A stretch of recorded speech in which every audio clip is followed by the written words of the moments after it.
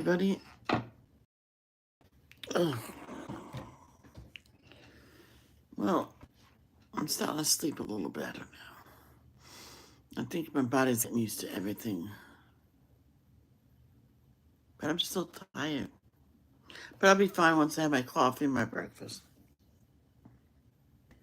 Wish we had eggs. I don't know why they didn't get eggs this time, but they can still always go back and get some eggs. Cause I could use a nice egg sandwich. That sounds good.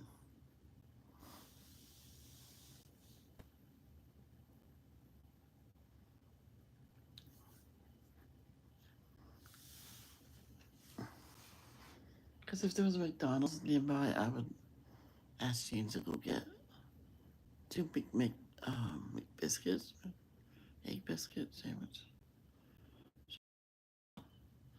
I say McDonald's because I think they're cheaper. Okay, let's get going. Hold on.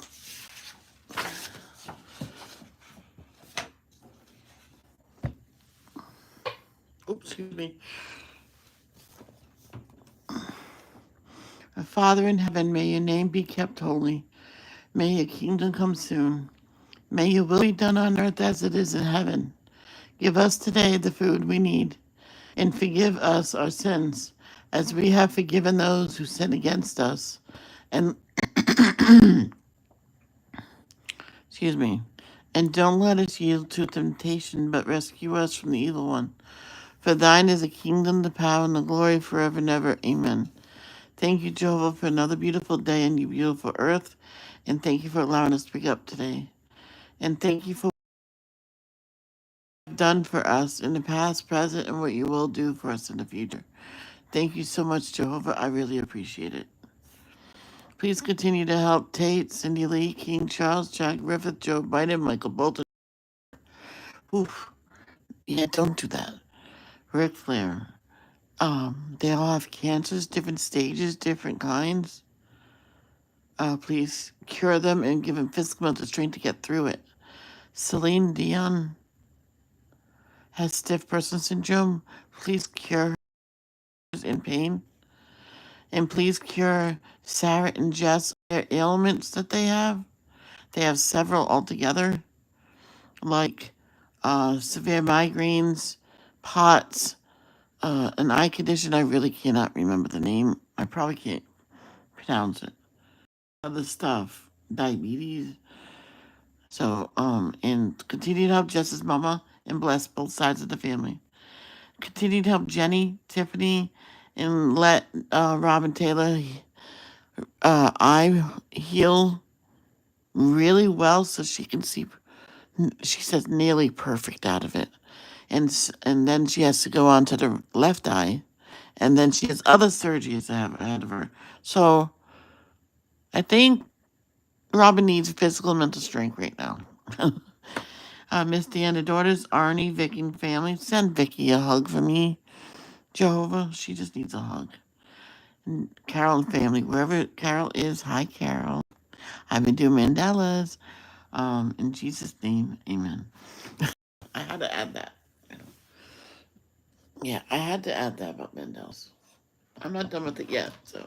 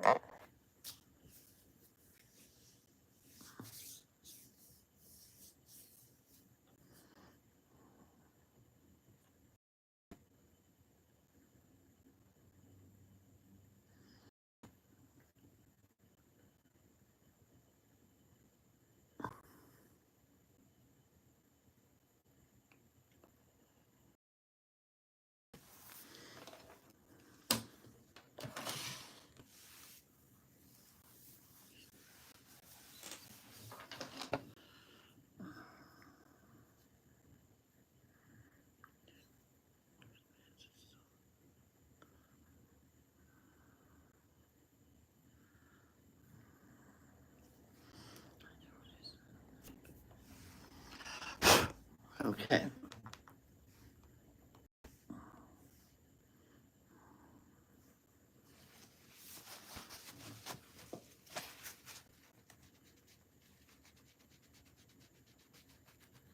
Hold on, let me wipe my screen. This is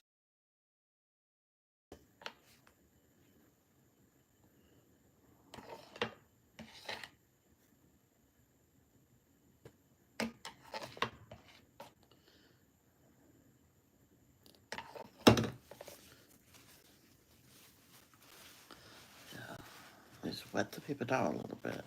It's just enough to get these.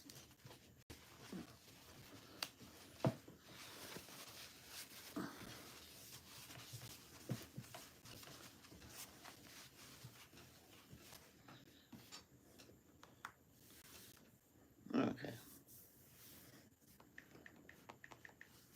That better.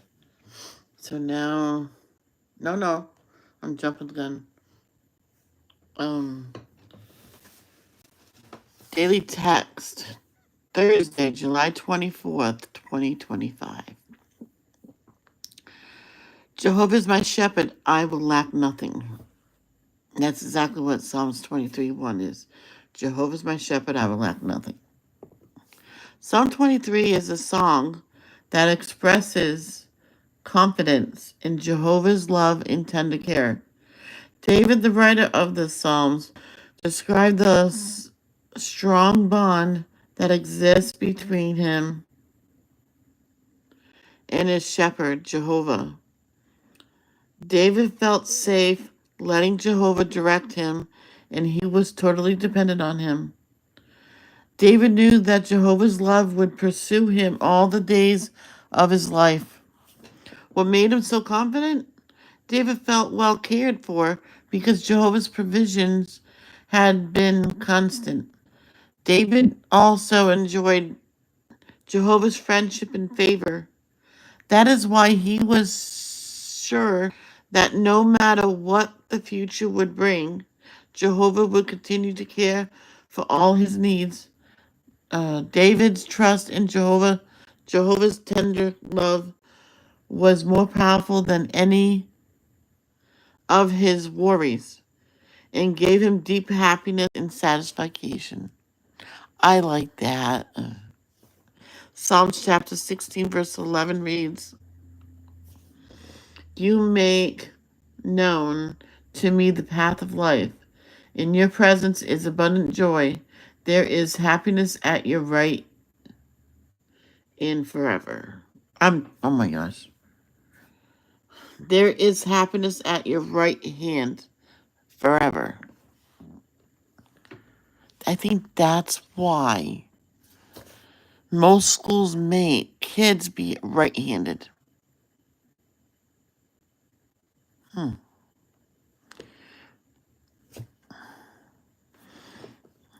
That the the the sister that was her teacher used to whack them on the knuckles every time they used the left hand. This girl had 2 broken knuckles by the end of the week. And the mother sent her to a different school that didn't hit him. Just till this very day. You know how you can see knuckles? My hands are fat, so, these. Yeah, she didn't have one no more.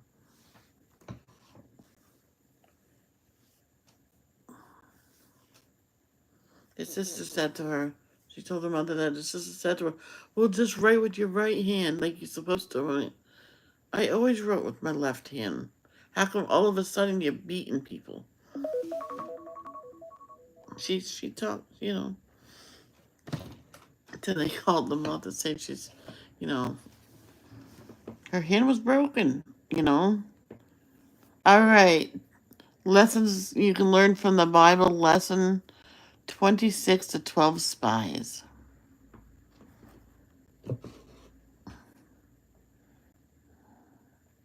Lesson 26. The 12 Spies.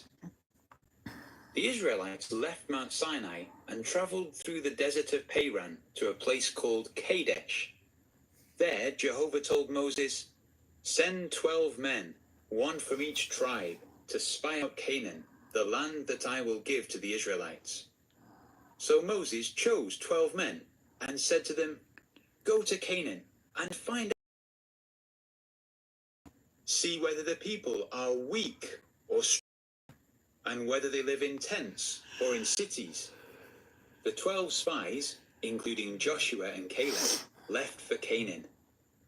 After 40 days, the spies returned, bringing back figs, pomegranates, and grapes.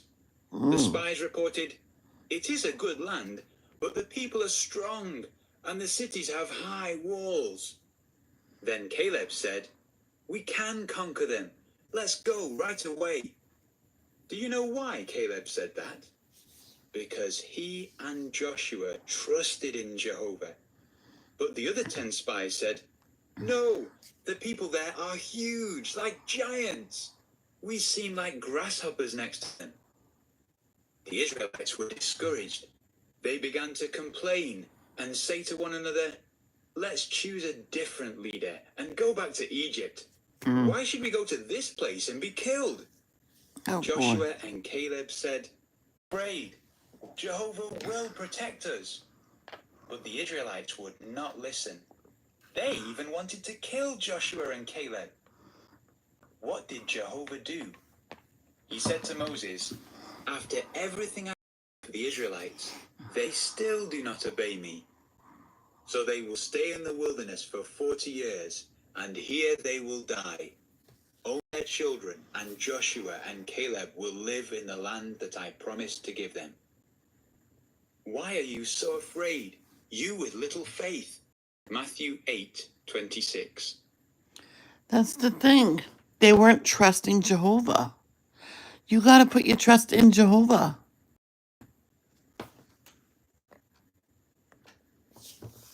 You know? What happened when the 12 spies came back from Canaan? Oh, this is one time I forgot.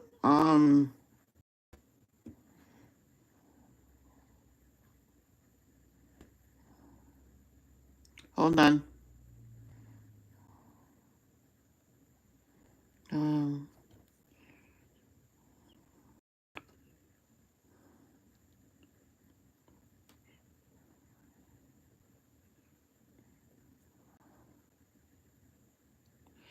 After 40 days, the spies returned,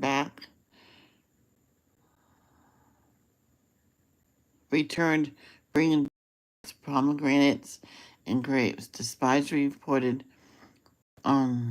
it was good land, but the people are strong, and the city has high walls. And then Caleb said, We can conquer them. Let's go right away. Do you know what?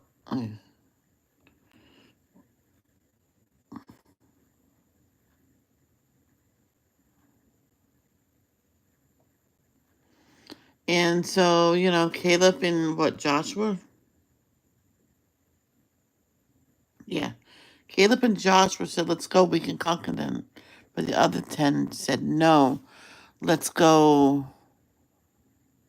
back to get another leader, get back to, But then Jehovah says, Well, they'll stay in the wilderness for 40 years, and here they would die. But their children will get the land that Jehovah promised. Wow. How did Joshua and Caleb show that they trusted in Jehovah? They did what Jehovah said, right? Let's see.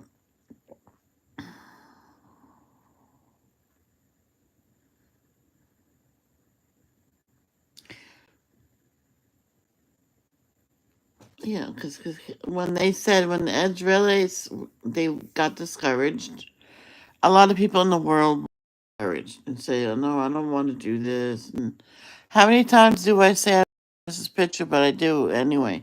I know it's not the same thing, but they begin to complain about one another. Let's choose a different leader, go back to Egypt. Why should we go to this place and be killed? Joshua and Caleb said, "Do not disobey Jehovah and do not be afraid. Jehovah will protect us." But the Israelites would not listen. They even wanted to kill Joshua and Caleb. They were going to go anyway, and they weren't afraid because they knew Jehovah would protect them, right?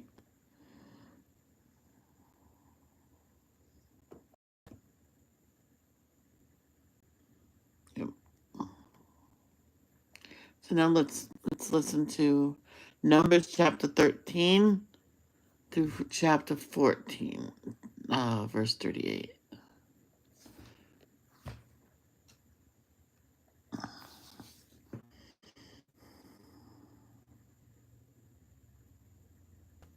Chapter 13.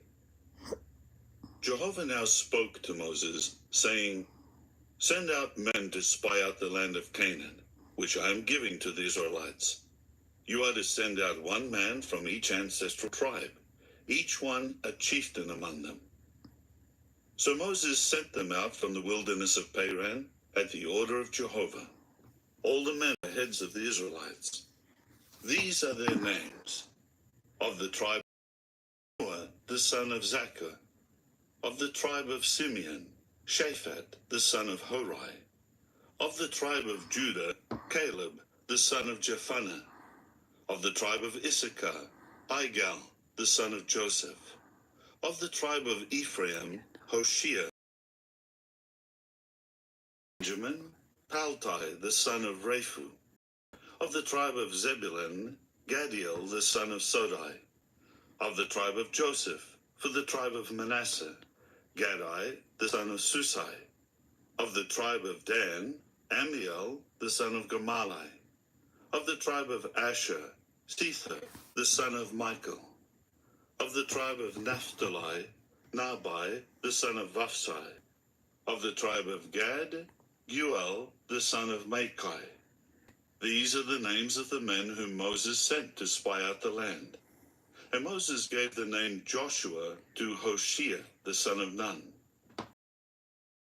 Them to spy out the land of Canaan, he said to them, "Go up there into the Negeb, and then go up into the mountainous region.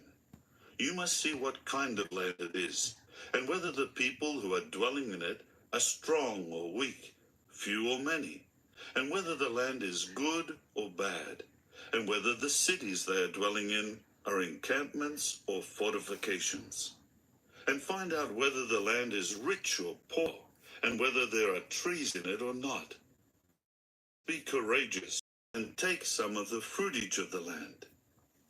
Now it was the season of the first ripe grapes. So they went up and spied out the land from the wilderness of Zin to Rehob, near Lebo. When they went up into the Negeb, they came to Hebron, where Ahiman, Shishai, and Talmai, the Anakim, were living.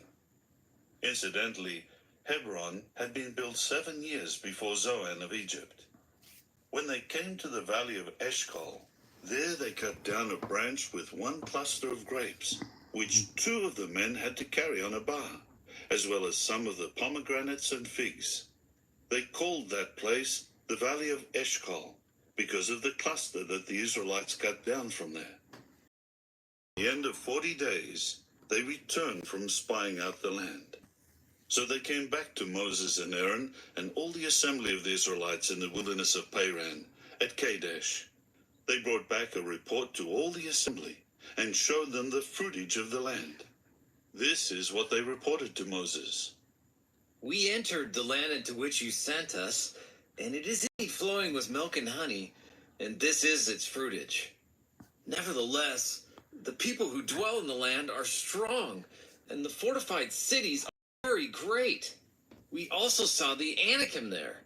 The Amalekites are dwelling in the land of the Negeb, and the Hittites, the Jebusites, and the Amorites are dwelling in the mountainous region, and the Canaanites are dwelling by the sea and along the Jordan." Then Caleb tried to calm the people as they stood before Moses by saying, "Let us go up immediately, and we are sure to take possession of it, because we can surely conquer it." But the men who went up with him said, We are not able to go up against the people because they are stronger than we are. And they kept on giving the Israelites a bad report about the land that they had spied out, saying, The land that we passed through to spy out is a land that devours its inhabitants, and all the people whom we saw in it are men of extraordinary size. And there we saw the Nephilim, the sons of Anak, who are from the Nephilim. And in comparison, we seemed like grasshoppers, both to us and to them.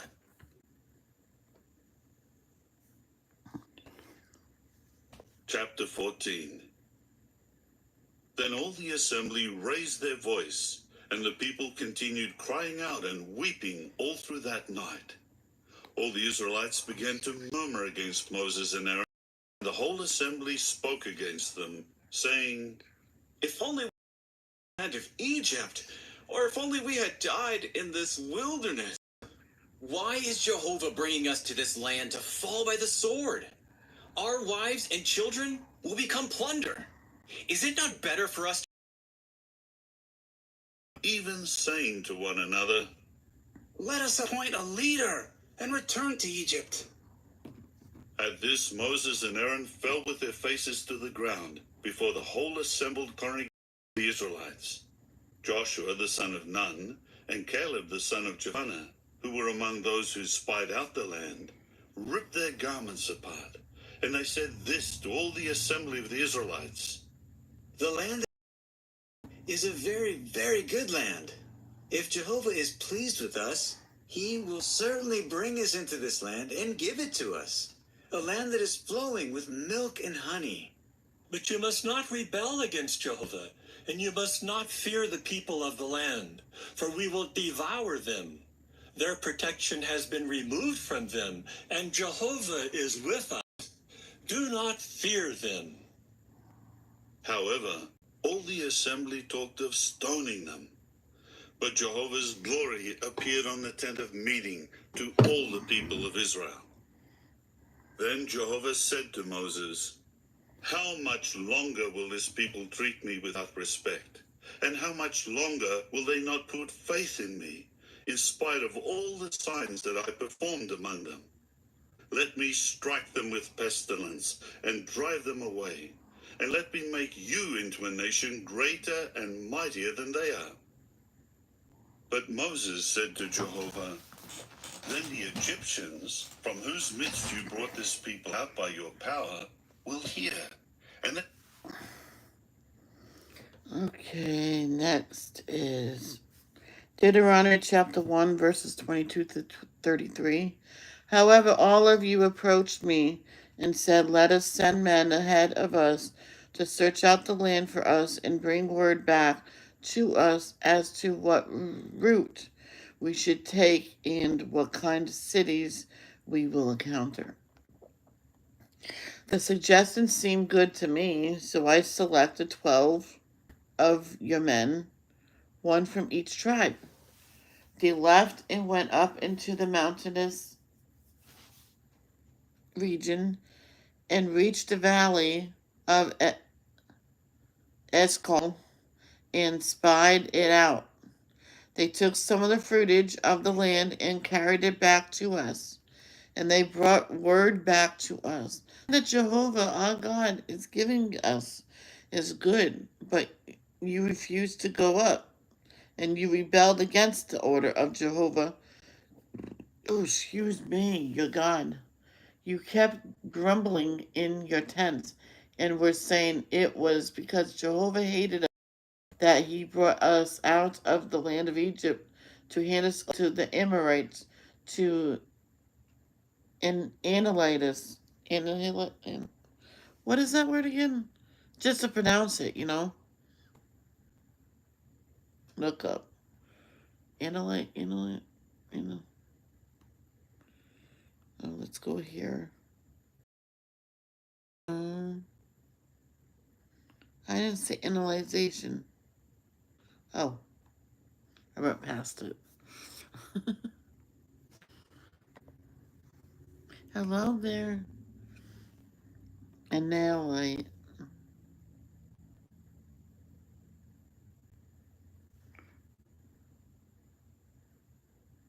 Annihilate. Annihilate. I couldn't get the right pronunciation out.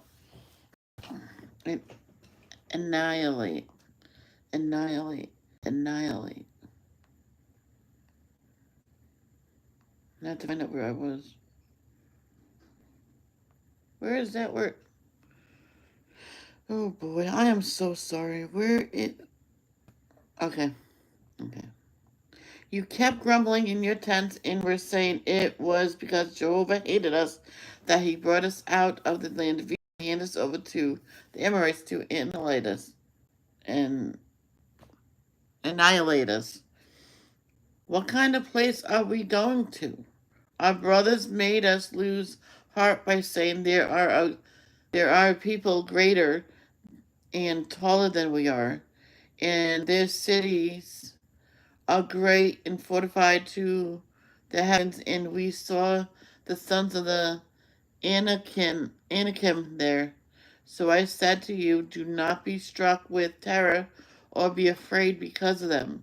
Jehovah your God will go before you and will fight for you, just as he did in Egypt before your very eyes. And you saw in the wilderness how Jehovah your God carried you just as a man carried his son. You came to this place.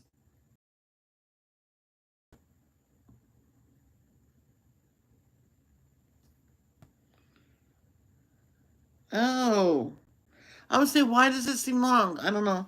It's 22 to 33. Did I write that right? Yeah. No. No, I didn't. No, I didn't. 33. Hold on. I'll get back. No, I'll finish it and then I'll do it. But, no. And you saw in the wilderness how Jehovah your God carried you just as a man carries his son everywhere you went until you came to this place. But despite all of this, you did not put faith in Jehovah your God, who was going ahead of you on the way to spy out a place for you to camp. He appeared by fire at night in the daytime to show you you should walk. Mm-hmm. Let me go fix this. It's 23. It's 22 through 33. I thought it said 22 to 33. So when I was reading, I'm like, what's going on here?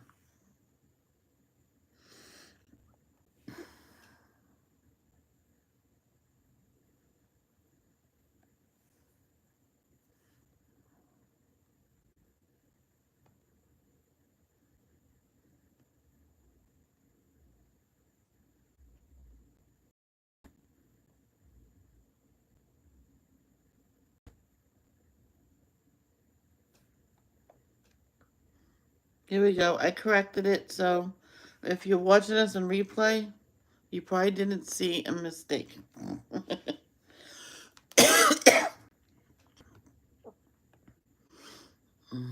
Okay, now Psalms chapter 78, verse 22.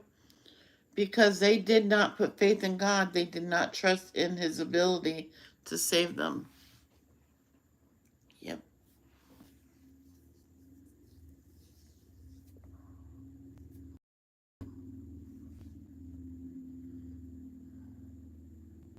Hebrews chapter 3, verses 17 to 19. Moreover, when whom did God become disgusted? What? Okay, let me review that. Moreover, with Hebrews chapter 3, verses 17 to 19. Moreover, with whom did God become disgusted for 40 years? Was it not with those who sinned? Was dead bodies fell in the wilderness? And to whom did he swear that they would not enter into his rest? Was it not to those who acted disobediently?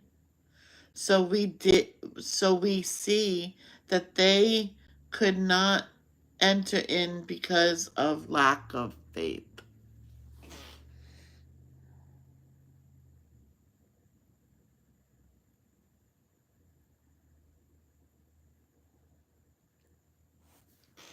Yep.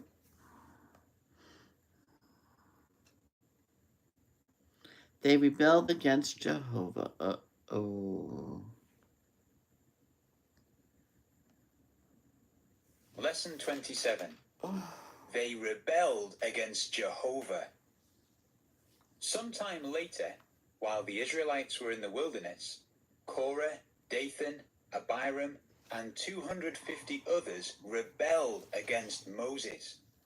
They said to him, "We have had enough of you. Why should you be our leader and Aaron be the high priest?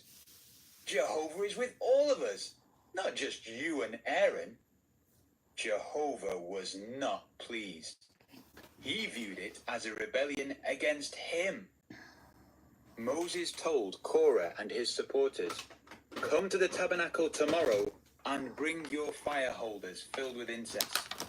Jehovah will show us whom he has chosen."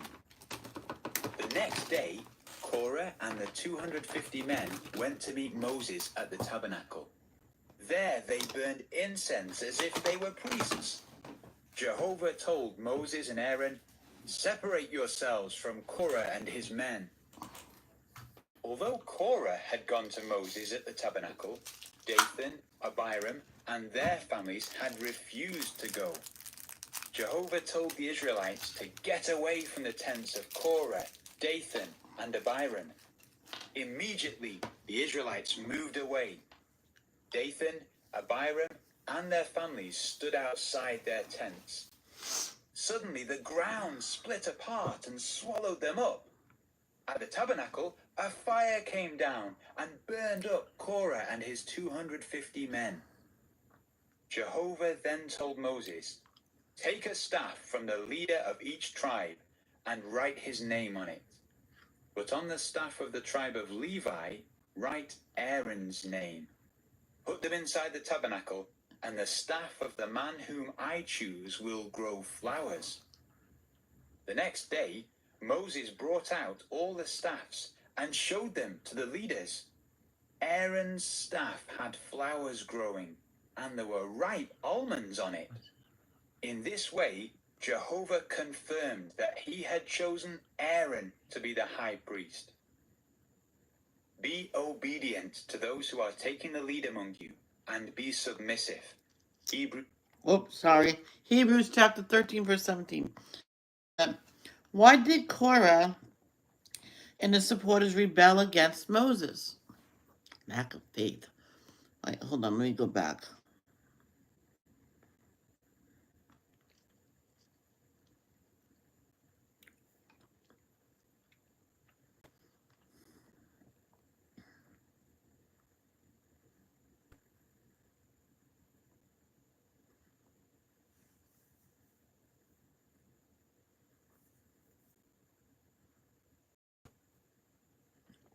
I'm sorry. I'm looking back.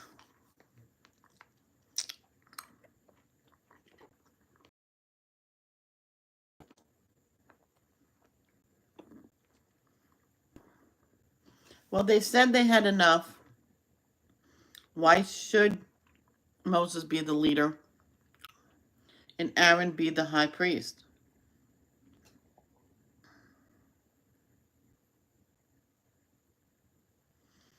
And they said Jehovah is with all of us, not just you and Aaron.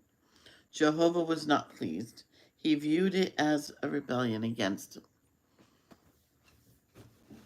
So, yeah. How do we know that Jehovah chose Aaron to be the high priest? He said it, didn't he?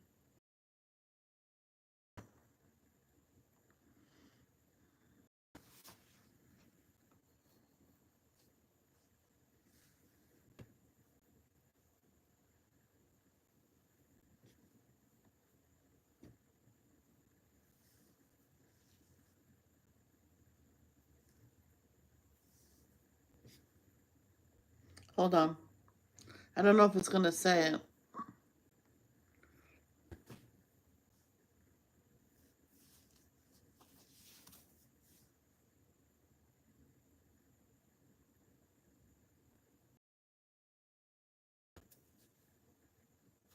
Well, it says Jehovah told Moses, take a staff from the leader of each tribe and write his name on it.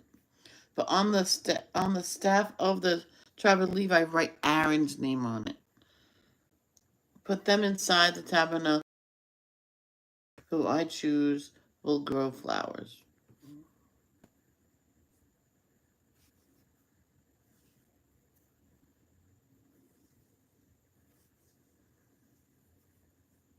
And then the next day Moses brought out all the staffs and showed them to the leaders. Aaron's staff had had flowers growing. Were ripe almonds on it. Ooh. In this way, Jehovah confirmed that he had chosen Aaron to be the high priest. Yes, isn't that awesome? So now we're going to go listen to Numbers 16. That says 13. Hold on.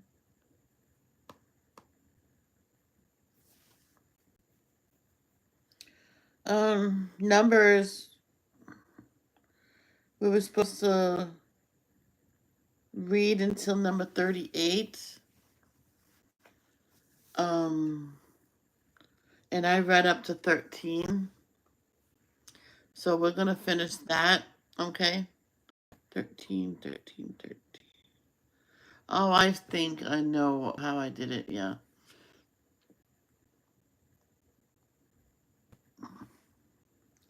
Did we listen to that? What is this? Yeah. I don't think I read it up to 38, did I? Well, at 38, what, is that the last? I'm confused. Oh, it's the, oh, let's go to 14, Michelle. I think that's what happened. 14.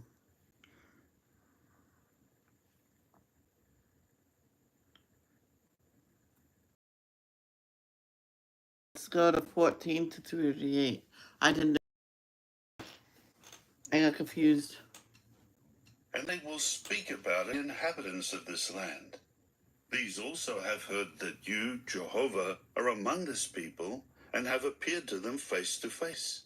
You are Jehovah, and your cloud is standing over them, and you are going before them in the pillar of cloud by day, and in the pillar of fire by night. People to death all at once. The nations who have heard of Jehovah was not able to bring this people into the land he swore to give them, so he slaughtered them in the wilderness.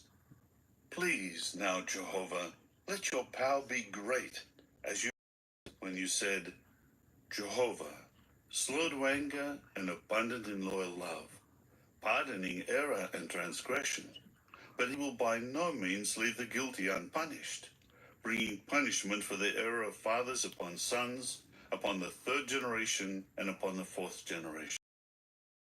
Forgive, please, the error of this people according to your great loyal love, just as you have pardoned this people from Egypt until now. Then Jehovah said, I forgive them according to your word. But on the other hand, as surely as I live, all the earth will be filled with the glory of Jehovah. However, not one of the men who have seen my glory and my signs that I performed in Egypt and in the wilderness, and yet have kept testing me these 10 times, and have not listened to my voice, will ever see the land about which I swore to their fathers. No, not one of those treating me without respect will see it. But because my servant Caleb had a different spirit, and kept following after me wholeheartedly, I will certainly bring him into the land where he went, and his offspring will take possession of it. Since the Amalekites and the Canaanites are dwelling in the valley, you should turn back tomorrow, and set off for the wilderness by the way of the Red Sea. Jehovah then said to Moses and Aaron, how much longer will this evil assembly keep up this murmuring against me? I have heard what the Israelites are murmuring against me. Say to them, as surely as I live, declares Jehovah, I will do to you just what I have heard you speak. In this wilderness your corpses will fall, yes, the whole number of you, from 20 years old and up who were registered, all of you who have murmured against me. None of you will enter into the land that I swore to have you reside in, except Caleb the son of Jephunneh and Joshua the son of Nun. And I will bring in your children, who you said would become plunder, and they will get to know the land that you have rejected. But your own corpses will fall in this wilderness. Now your sons will become shepherds in the wilderness 40 years, and they will have to answer for your acts of unfaithfulness. Your corpses falls in the wilderness. At the number of the days that you spied out the land, 40 days, a day for a year, a day for a year, you will answer for your errors 40 years, for you will know what it means to oppose me.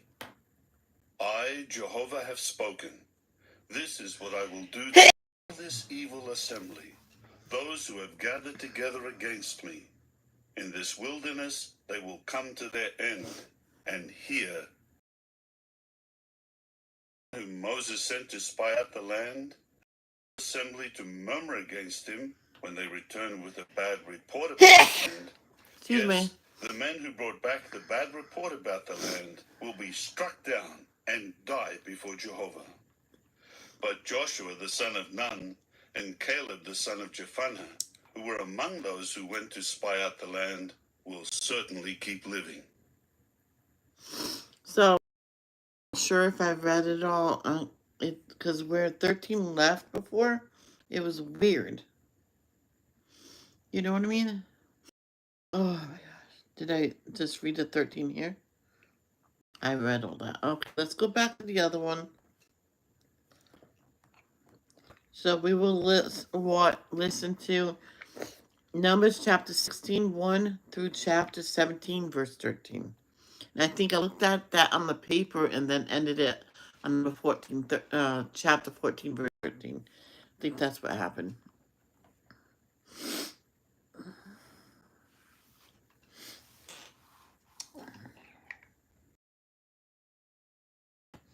Then Korah, the son of Izhar, the son of Kohath, the son of Levi, got up, together with Dathan and Abiram, the sons of Eliab, and On, the son of Peleth, of the sons of Reuben. They rose up against Moses, along with 250 Israelite men, chieftains of the assembly, chosen ones of the congregation, prominent men. So they gathered together against Moses and Aaron, and said to them, "We have had enough of you. The whole assembly is holy, all of them, and Jehovah is in their midst. Why then should you exalt yourselves above the congregation of Jehovah?" When Moses heard this, he at once fell face down. Then he said to Korah and to all his supporters, "In the morning Jehovah will make known who belongs to him, and who is holy, and who should approach him. And whomever he may choose will approach him. Do this, take fire holders, Korah and all your supporters, and put fire in them, and place incense on them before Jehovah tomorrow. And the man whom Jehovah will choose, he is the Holy One.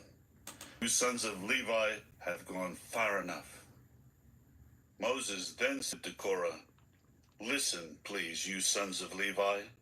Does it seem to you such a little thing that the God of Israel has separated you from the assembly of Israel and allowed you to approach him in order to perform the service of Jehovah's tabernacle and to stand before the assembly to minister to them, and that he brought you near to him along with all your brothers, the sons of Levi?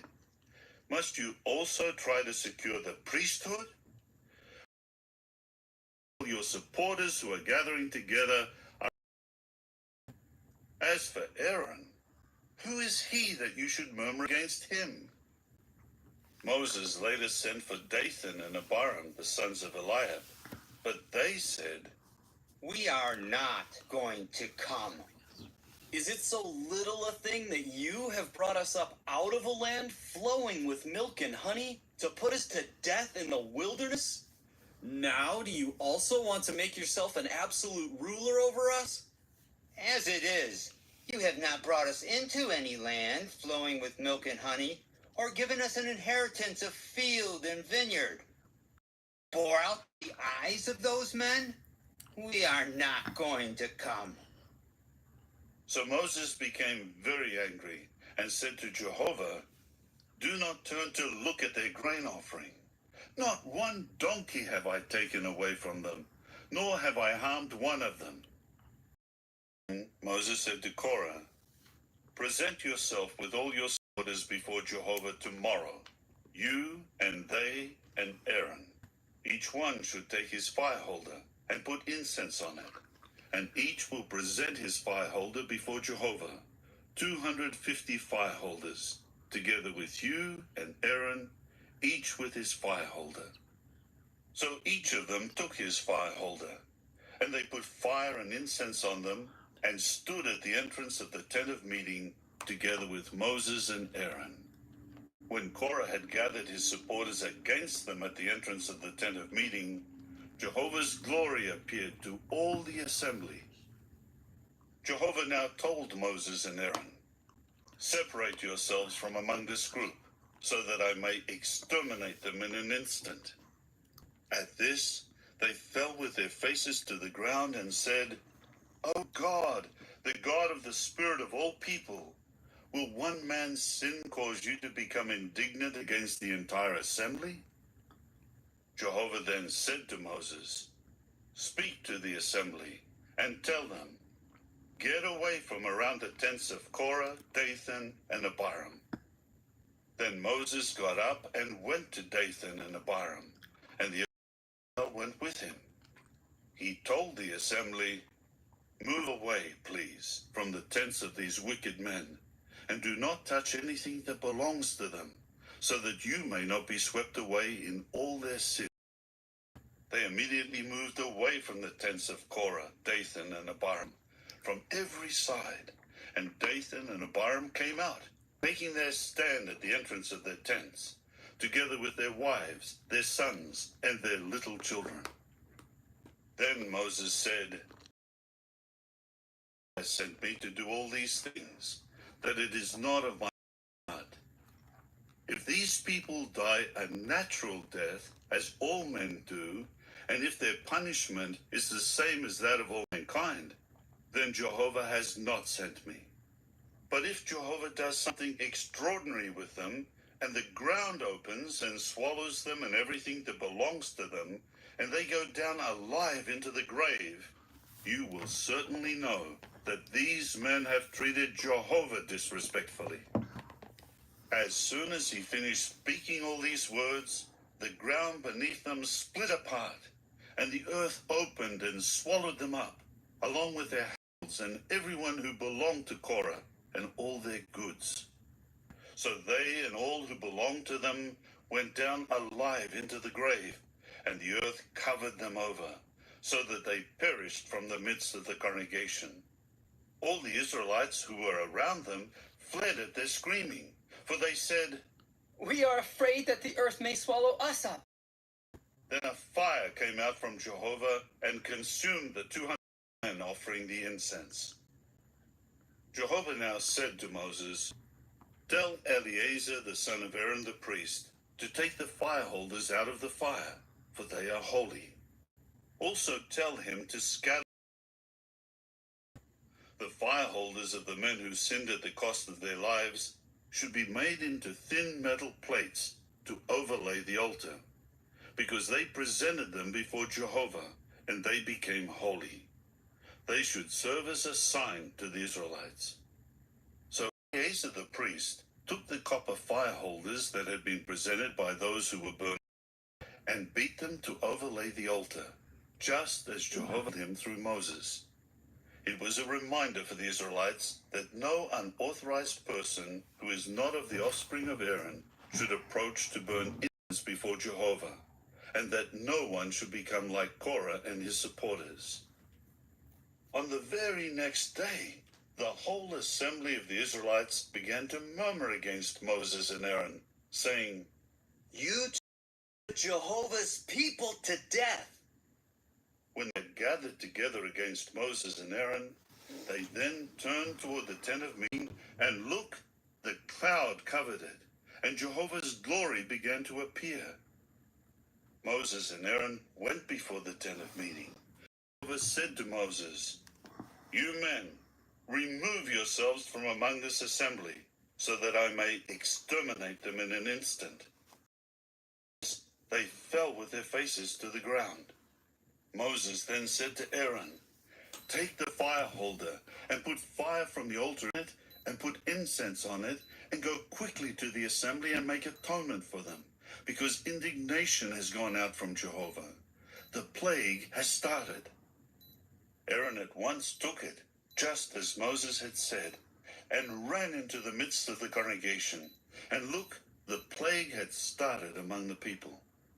So he put the incense on the fire holder and began making atonement for the people.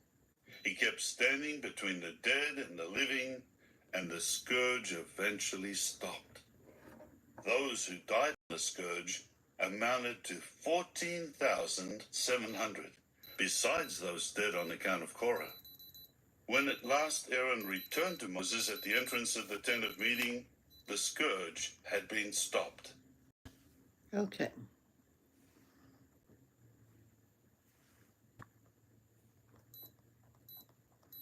Okay. Oh, wait a minute.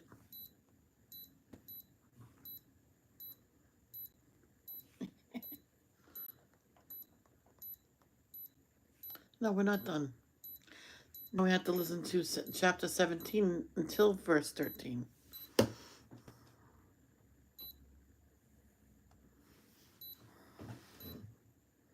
Oh, my oxygen thing is not Chapter 17. cooperating.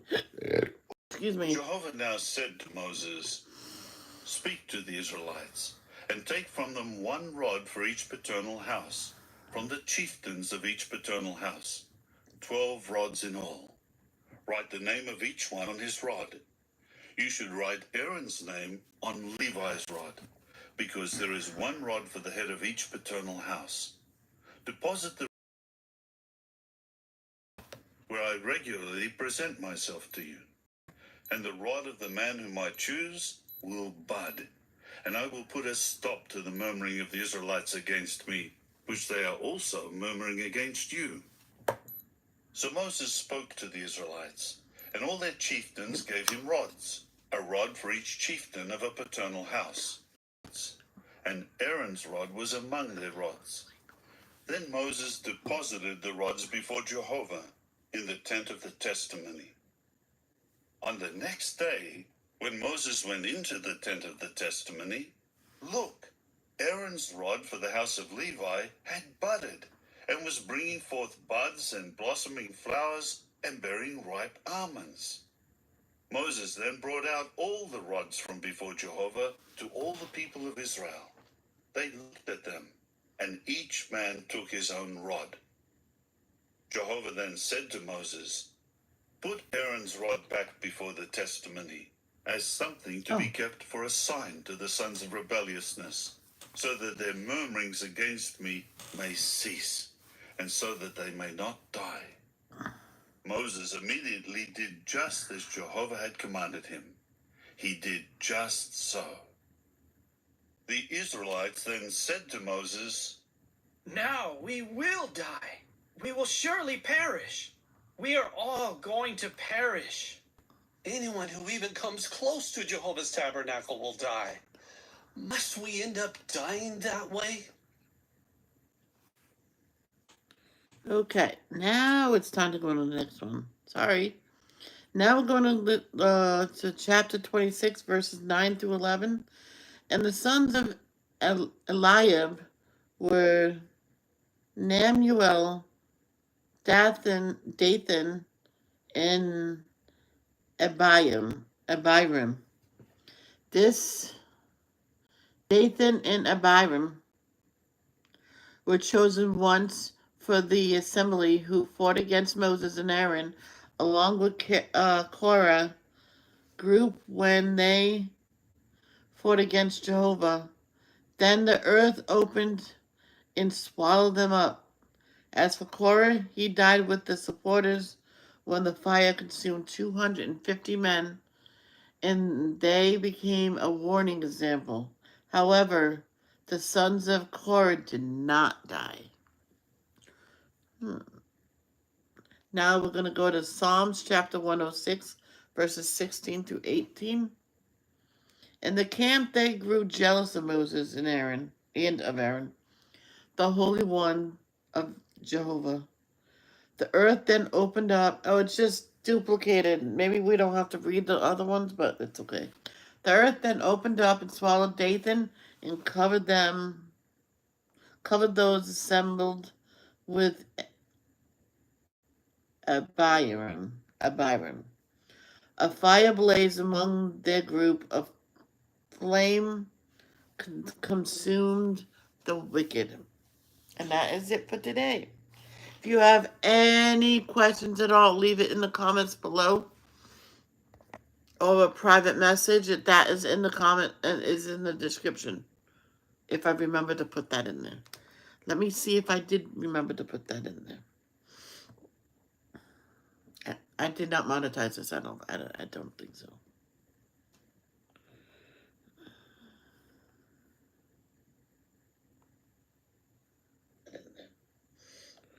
No, I did not.